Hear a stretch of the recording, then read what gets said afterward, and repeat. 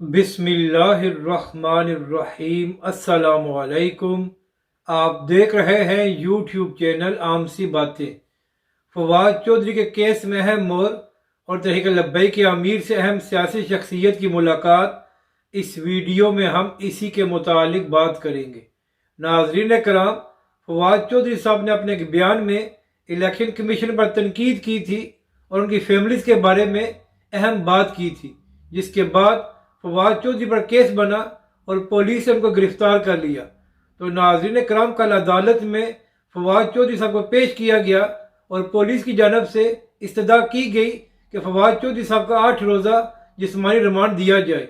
तो जज साहब ने पुलिस की बात नहीं मानी और फवाद चौधरी साहब का 2 रोज़ा जिस्मानी रिमांड देकर उनको पुलिस के हवाले कर दिया है। अब 27 जनवरी को फवाद चौधरी साहब को दोबारा अदालत में पेश करना है और उसके बाद पता चलेगा कि फवाद चौधरी साहब की जमानत होती है या मजीद उनका जिस्मानी रिमांड दिया जाता है।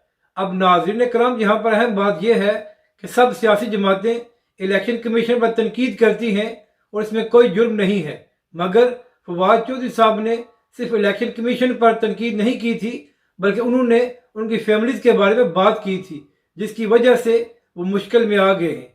अब बात करते हैं कि तहरीक लब्बैक कराची के अमीर मुफ्ती कासिम फखरी साहब से किसने मुलाकात की है। नाज़रीन कराम, एक हफ्ता पहले जो कराची में बलदियाती इंतखाबात हुए हैं, तो अभी तक ये फैसला नहीं हो सका कि कराची का मेयर जमात इस्लामी का बनेगा या पीपल्स पार्टी का।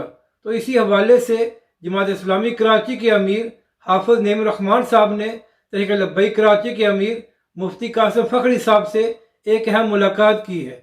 और नाज़रीन कराम, इस मुलाकात में बलदियाती इंतखाबात के नताइज और कराची के मेयर के हवाले से बातचीत हुई है और इसके अलावा जो कराची के दीगर मसाइल हैं उसके मुतालिक भी दोनों जमातों के रहनुमाओं ने अहम बातचीत की है। अपनी राय का ज़रूर इजहार करें कि आपको ये वीडियो कैसी लगी और हमारे इस चैनल को भी सब्सक्राइब करें।